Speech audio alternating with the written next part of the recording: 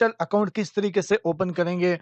मीज़ान bank में पहले रोशन digital account open करने के लिए डॉक्यूमेंट्स होते थे, 3 पेपर होते थे, उनको फ़िल अप करना होता था, यानी कि प्रिंट करके फ़िल अप करके उसके बाद उनको अपलोड करना होता था। लेकिन अभी वो झंझट खत्म हो चुका है। अभी आपको फ़ॉर्म्स वगैरह कोई भी फ़िल करने की ज़रूरत नहीं होगी, सब कुछ ऑनलाइन होगा। इसके लिए डॉक्यूमेंट्स कौन-कौन से रिक्वायर्ड हैं, आपके पास आपके पासपोर्ट की पिक्चर और सेकंड वाला पेज जो होता है उसकी पिक्चर भी होना चाहिए, जिस पे एक बॉक्स होता है, आपके साइन होते हैं। शनाख्ती कार्ड की फ्रंट साइड की पिक्चर और शनाख्ती कार्ड की बैक साइड की पिक्चर होनी चाहिए। आपके पास इनकम प्रूफ होना चाहिए।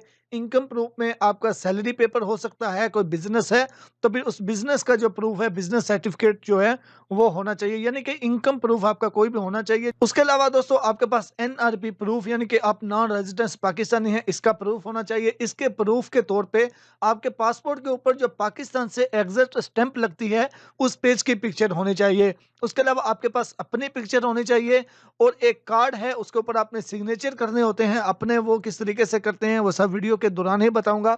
तो बिना टाइम वेस्ट किए प्रोसीजर की जानब चलते हैं और बाकी जो जितनी भी इसकी डिटेल्स है वो हम स्टेप बाय स्टेप जो है वो वीडियो में ही डिस्कस कर लेंगे। तो ये सारा प्रोसीजर आप अपने मोबाइल फोन की मदद से या फिर कंप्यूटर से कर सकते हैं। नहायत आसान तरीका है, तो बिना टाइम वेस्ट किए हम इसको स्टार्ट करते हैं। आप अपने मोबाइल फोन से भी कर सकते हैं, लेकिन बेस्ट यही रहेगा कि आप कंप्यूटर का इस्तेमाल करें। तो दोस्तों ब्राउजर को ओपन कर लेते हैं। ब्राउजर को ओपन करके तो सिंपली यहाँ पे आप लिख लीजिएगा मीज़ान बैंक रोशन डिजिटल अकाउंट। मीज़ान, तो दोस्तों मीज़ान बैंक रोशन डिजिटल अकाउंट लिखेंगे तो यहाँ पे ये देखें आ चुका है ये सेकंड वाला लिंक, रोशन डिजिटल अकाउंट मीज़ान बैंक। तो आपने इस पे क्लिक करनी है। तो दोस्तों जैसे ही आप इस पे क्लिक करेंगे आपके सामने ये मीज़ान बैंक की रोशन डिजिटल अकाउंट वाली जो वेबसाइट है ये ओपन हो जाएगी। तो यहाँ पे लिखा हुआ है ओपन रोशन डिजिटल अकाउंट, तो आपने इस पे क्लिक कर देनी है। इस पे क्लिक करेंगे, दो ऑप्शन आएंगे, पाकिस्तानी करेंसी में ओपन करना चाहते हैं या फिर आप डॉलर में ओपन करना चाहते हैं। यहाँ पे एक और चीज बताता चलूं कि मीज़ान बैंक ये भी ऑफर कर रहा है कि आप दोनों अकाउंट्स ओपन कर सकते हैं। वो तो बाकी तमाम बैंक्स भी ये ऑफर कर रहे हैं कि आप पाकिस्तानी करेंसी में भी ओपन कर सकते हैं और आप डॉलर में भी ओपन कर सकते हैं, लेकिन रियल टाइम कन्वर्शन जो है वो जस्ट मीज़ान बैंक ही ऑफर कर रहा है। यानी कि अगर आपके दोनों अकाउंट हैं तो आप पाकिस्तानी रुपए से मोबाइल बैंकिंग के जरिए अपने डॉलर वाले अकाउंट में ट्रांसफर कर सकते हैं और उस यानी कि जो रियल टाइम रेट होगा उसके मुताबिक आप कर सकते हैं, और डॉलर से आप पाकिस्तानी में अगर करना चाहें वो भी आप आसानी के साथ उसी टाइम कर सकते हैं। तो मैं पाकिस्तानी रुपीस जो है इसमें ओपन करना चाहता हूं, तो मैं अप्लाई नाउ पे क्लिक करूंगा। अप्लाई नाउ पे जब क्लिक करूंगा आपके सामने ये वाला पेज आ जाएगा। अब यहाँ से सबसे पहले यहाँ से आपने ये नेचर ऑफ अकाउंट जो है ये सिलेक्ट करनी होगी। नेचर ऑफ अकाउंट में इंडिविजुअल ओपन करना चाहते हैं या ज्वाइंट, यानी कि आप अपना अकेले का ओपन करना चाहते हैं या किसी के साथ ज्वाइंट ओपन करना चाहते हैं। तो ये जो है ये इंडिविजुअल हम ओपन करना चाहते हैं। ज्वाइंट कैसे ओपन करते हैं वो इसके बाद इंशाल्लाह वीडियो अपलोड करूंगा। तो मैं इंडिविजुअल जो है इस पर क्लिक करता हूं। तो उसके अलावा दोस्तों यहाँ पे आ जाएगा टाइप ऑफ अकाउंट। आप करंट अकाउंट ओपन करना चाहते हैं पाकिस्तानी करेंसी में या फिर पाकिस्तानी करेंसी में करंट या सेविंग, या यूएसडी में सेविंग या करंट। उसके बाद ये आ गया पाउंड में आप करंट ओपन करना चाहते हैं या फिर सेविंग। उसके अलावा यूरो में आप करंट ओपन करना चाहते हैं या सेविंग। यानी कि ये जो मीज़ान बैंक है आपको 4 करेंसीज में ऑफर दे रहा है कि आप इनमें से कोई भी सिलेक्ट कर सकते हैं। तो मैं पाकिस्तानी करेंसी में ही करंट अकाउंट ओपन करना चाहता हूं, तो मैं PKR लिख के तो करंट पे जो है वो क्लिक करूंगा। उसके बाद दोस्तों आपके पास आ जाएगा ये वाला पेज। अब यहाँ पे जैसे आपके शनाख्ती कार्ड के ऊपर आपका नाम लिखा हुआ है बिल्कुल सेम वैसे ही अपना नाम आपने लिख लेना है। उसके बाद आपने यहाँ पे अपना ईमेल एड्रेस लिखना है। ईमेल एड्रेस लिखने के बाद अब यहाँ पे आप मेल हैं या फीमेल हैं वो सिलेक्ट कर लीजिएगा। अगर फीमेल है तो हस्बैंड नेम यहाँ पे लिखिएगा, अगर शादीशुदा है तो लिखिएगा, शादीशुदा नहीं है तो रहने दीजिएगा, और अगर कोई मेल ये कर रहा है तो फिर वो इसको छोड़ देगा। उसके बाद यहाँ पे आ जाएगा नीचे आईडी टाइप। आईडी टाइप में आपके पास CNIC है, नाइकॉप है या POC है, वो आपने यहाँ पे लिखना है। वो लिखने के बाद दोस्तों अब आईडी नंबर, तो शनाख्ती कार्ड नंबर जो आपका है वो आपने यहाँ पे लिख लेना है। शनाख्ती कार्ड नंबर लिखने के बाद आईडी एक्सपायरी डेट, शनाख्ती कार्ड की जो एक्सपायरी डेट है आपने वो यहाँ पे लिखनी है। शनाख्ती कार्ड की एक्सपायरी डेट लिखने के बाद शनाख्ती कार्ड की जो इशू डेट है वो आपने यहाँ पे लिखनी है। आईडी कार्ड की इशू डेट लिखने के बाद यहाँ पे आ जाएगा पासपोर्ट नंबर, तो यहाँ पे आपने अपना पासपोर्ट नंबर लिख लेना है। पासपोर्ट नंबर लिखने के बाद दोस्तों यहाँ पे आएगा पासपोर्ट की एक्सपायरी डेट। पासपोर्ट के ऊपर जो एक्सपायरी डेट लिखी हुई है वो आपने यहाँ पे लिखनी है। ये लिखने के बाद दोस्तों अब आ जाएगा मोबाइल नंबर। यहाँ पे जिस कंट्री में भी आप मौजूद हैं वो कंट्री कोड के साथ ही आपने अपना मोबाइल फोन नंबर लिखना है। उसके बाद ओवरसीज पाकिस्तानी फाउंडेशन के अगर आप मेंबर हैं तो उसका नंबर लिखिएगा, नहीं है तो रहने दीजिएगा। उसके बाद आ जाएगा फादर नेम, तो यहाँ पे आपने अपने फादर का जो नेम है वो लिख लेना है। फादर नेम लिखने के बाद यहाँ पे नीचे आ जाएगा मदर नेम, तो यहाँ पे आपने मदर नेम जो है वो कंप्लीट लिख लेना है। ये सारी यहाँ तक डिटेल हो गई। उसके बाद इस पेज को नीचे करते हैं। उसके बाद दोस्तों यहाँ पे डेट ऑफ बर्थ आ गई, अपनी डेट ऑफ बर्थ लिख लीजिएगा। कंट्री ऑफ बर्थ आप किस कंट्री में पैदा हुए वो लिखिएगा। सिटी ऑफ बर्थ आप कौन से सिटी में पैदा हुए वो लिखिएगा। उसके बाद आपके पास प्राइमरी नेशनलिटी यानी कि पाकिस्तानी यहाँ से सिलेक्ट कीजिएगा। उसके बाद आपकी एजुकेशन क्या है वो यहाँ से इसमें से सिलेक्ट कीजिएगा। उसके बाद आएगा रेजिडेंस नंबर, टेलीफोन नंबर जहाँ पे इस टाइम मौजूद है वो नंबर लिखना चाहते हैं यहाँ पे लिख लीजिएगा, अदरवाइज ज़रूरत नहीं है। लिखना चाहते हैं तो लिख लीजिएगा। यहाँ पे एक चीज़ आपको बताता चलूँ कि ये जिस भी चीज़ के साथ ये स्टार बना हुआ होता है वो चीज़ हमने लाजमी फिल करनी है। जिसके साथ स्टार नहीं है वो एडिशनल होता है, आप करना चाहें कर सकते हैं, अदरवाइज रहने दीजिएगा। उसके बाद आ जाएगा रेजिडेंट एड्रेस, आप इस टाइम किस जगह पे मौजूद हैं वो कंप्लीट एड्रेस आपने यहाँ पे लिखना होगा। फ्लैट नंबर वगैरह, यहाँ पे सिटी वगैरह का नेम, एरिया का नेम, और उसके अलावा दोस्तों यहाँ पे जिप कोड वगैरह और यहाँ से भी सिटी वगैरह सेलेक्ट कीजिएगा यानी कि लिखिएगा मुकम्मल, यानी कि आपने रेजिडेंट एड्रेस जो है वो आपने यहाँ पे लिखना होगा। ये सारी इन्फॉर्मेशन यहाँ तक कंप्लीट हो गई। उसके बाद आप नीचे आ जाएंगे, यहाँ पे आप क्या काम करते हैं, सैलरीड पर्सन है या फिर अपना कोई काम है या फिर कोई हाउस वाइफ है या फिर कोई, इसमें भी ऑप्शन नहीं है तो अदर पे क्लिक कर सकते हैं। अदर पे क्लिक करके यहाँ पे खुद से भी लिख सकते हैं आप क्या काम करते हैं, अगर इस लिस्ट में वो अवेलेबल नहीं है यानी कि जो आप करते हैं। तो ये हो गया। उसके बाद दोस्तों आ जाएगा कि आपका डेजिग्नेशन क्या है, आप यानी कि जो काम करते हैं उसमें आपका डेजिग्नेशन क्या है, और उसके बाद मंथली इनकम आपकी कितनी है पाकिस्तानी रुपीज़ में। पाकिस्तानी रुपीज़ में जितनी भी आपकी मंथली इनकम है वो आपने यहाँ पे लिखनी है। ये यहाँ तक कंप्लीट हो गया। उसके बाद नीचे आ जाएगा आप जिस कंट्री में भी मौजूद हैं तो वहाँ का, अगर आपका किसी बैंक में अकाउंट है तो वो यहाँ पे आपने लिखना है, ये ज़रूरी है। अगर आपका किसी भी बैंक में अकाउंट नहीं है तो अपने किसी दोस्त का लिख लीजिएगा। यहाँ पे बैंक का नेम लिख के तो यहाँ पे बैंक का अकाउंट नंबर जो है वो आपने लिखना है। आप अपने किसी दोस्त का भी लिख सकते हैं, नो इशू। उसके बाद दोस्तों आ जाएगा फेटका CRS, तो यहाँ पे आप जिस कंट्री में मौजूद हैं आपने वो इस लिस्ट में से सिलेक्ट करना होगा। जिस भी कंट्री में आप मौजूद हैं आप वो यहाँ से सिलेक्ट कर लीजिएगा।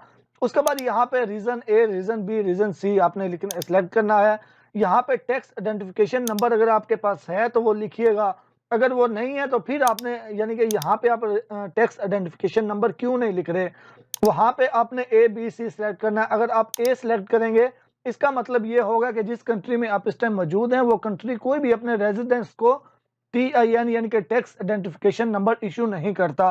तो अगर आपको कोई भी टैक्स का नंबर नहीं मिला हुआ तो आप रीजन A सिलेक्ट कर लीजिएगा कंट्री सिलेक्ट करने के बाद। यहाँ तक ही हो गया। उसके बाद आप नीचे आ जाइएगा, आप US पर्सन हैं यानी कि आप यूनाइटेड स्टेट में रहते हैं, अगर रहते हैं तो इसको यस कीजिएगा, अदरवाइज इसको नो कर दीजिएगा, इसको भी नो कर दीजिएगा। उसके बाद सेकंड ऑप्शन है do you have other US connection, आपके साथ आपका यानी कि कोई भी US के साथ कनेक्शन है, अगर है तो यस, अदरवाइज इसको भी नो कर दीजिएगा। इसको नो करने के बाद अब नीचे आ जाएंगे, आपने इसको यस नहीं करना, अगर आप US पर्सन है तो फिर आपने इसको यस करना है, अदरवाइज इसको नहीं करना। उसके बाद नीचे आ जाएंगे, ये टर्म्स एंड कंडीशंस होंगी सारी, इनको आपने करना होगा एक्सेप्ट। इनको एक्सेप्ट करने के बाद अब नीचे यहाँ पे आपको जो स्टेटमेंट है वो कैसे चाहिए, मंथली चाहिए या फिर 6 मंथ के बाद चाहिए या फिर 1 साल के बाद चाहिए, यहाँ पे वो आपने सेलेक्ट करना होगा।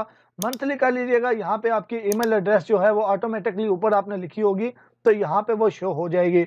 उसके बाद नीचे आ जाना है, यहाँ पे सोर्स ऑफ इनकम आपका क्या है, सैलरी है, बिजनेस है, जो भी है इसमें से आपने वो सिलेक्ट करना होगा।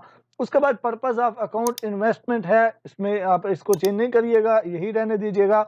उसके बाद आएगा डिपॉजिट फ्रीक्वेंसी, आप यानी 1 महीने में 1 बार डिपॉजिट करेंगे, 2 बार, 5 बार, 10 बार, जितनी बार भी करेंगे वो यहाँ पे लिखिएगा। मैं 5 लिख लेता हूँ।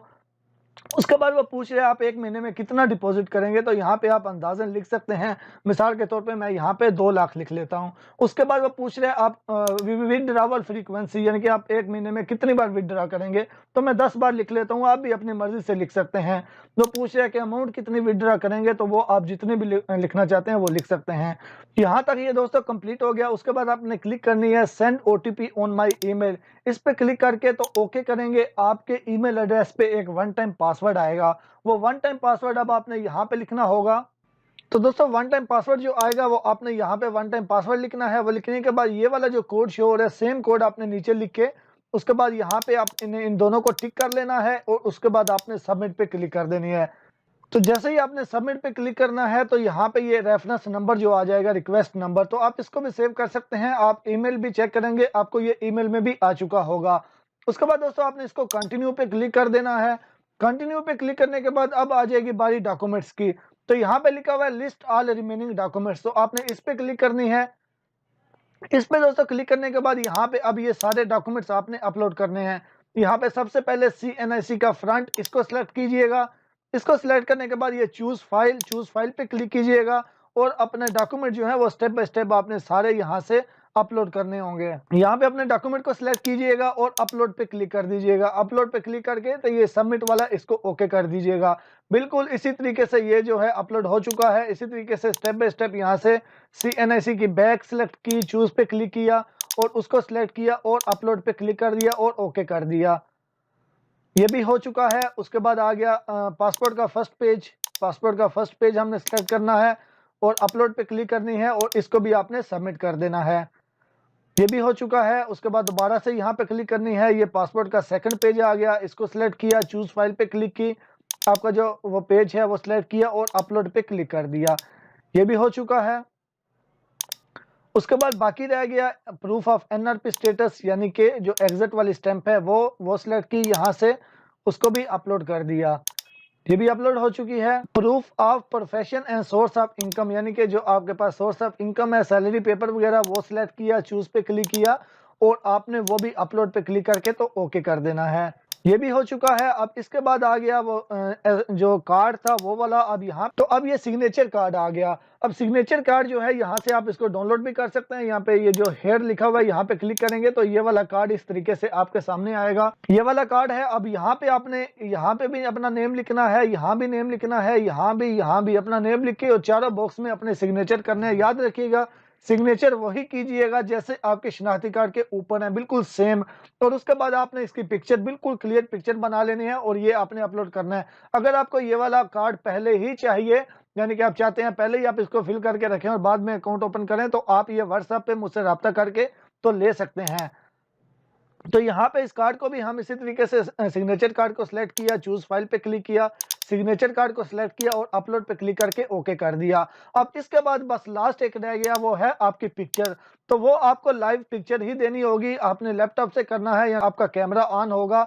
यहाँ पे ये कैमरा मेरा ऑन हो चुका है, तो अब यहाँ पे मैंने पिक्चर अपने कैप्चर करनी है। तो कैप्चर पे क्लिक करूंगा। कैप्चर पे क्लिक करूंगा, पिक्चर जो है वो कैप्चर हो जाएगी। तो उसके बाद आपने इसको अपलोड पे क्लिक करके तो ओके करना है। ये आपकी लाइव पिक्चर जो है वो भी अपलोड हो जाएगी। ये भी अपलोड हो चुकी है। उसके बाद अब ये वाला कोड जो है, सेम आपने कोड यहाँ पे लिखना होगा।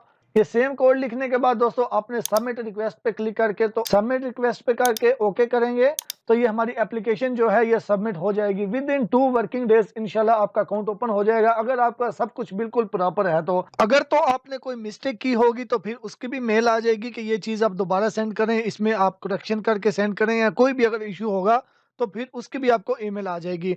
अगर आपने सब कुछ 100% बिल्कुल ठीक सबमिट किया होगा तो फिर जो बैंक की जानिब से आपको ईमेल आएगी 24 या 48 आवर्स के अंदर अंदर। अगर वर्किंग डे है तो उम्मीद है 24 आवर के अंदर अंदर ही आपका अकाउंट जो है वो ओपन हो जाएगा। उसमें आपका account title, account number, IBAN number और रिलेशनशिप नंबर जो है वो आपको सेंड किया हुआ होगा। आप ये नोट कर लीजिएगा। उसके अलावा इसी ईमेल के अंदर ही मोबाइल बैंकिंग ऑन कैसे करते हैं उसका तरीका भी होगा, वो भी आपको बता देता हूँ। इसके अंदर ही जो आपका रिलेशन करने के लिए इस पे हम क्लिक करेंगे। इसमें रजिस्ट्रेशन करने के लिए हमें क्या-क्या चीज़ चाहिए, आपको रिलेशनशिप नंबर चाहिए होगा। आपके अकाउंट के ये जो आगे वाले 10 डिजिट हैं ये आपको चाहिए होंगे, ब्रांच कोड नहीं चाहिए होगा। और आपको ब्रांच नेम भी चाहिए होगा। ब्रांच नेम याद रखिएगा जितने भी मिज़ान नहीं करती, क्योंकि ये डिजिटल अकाउंट होता है।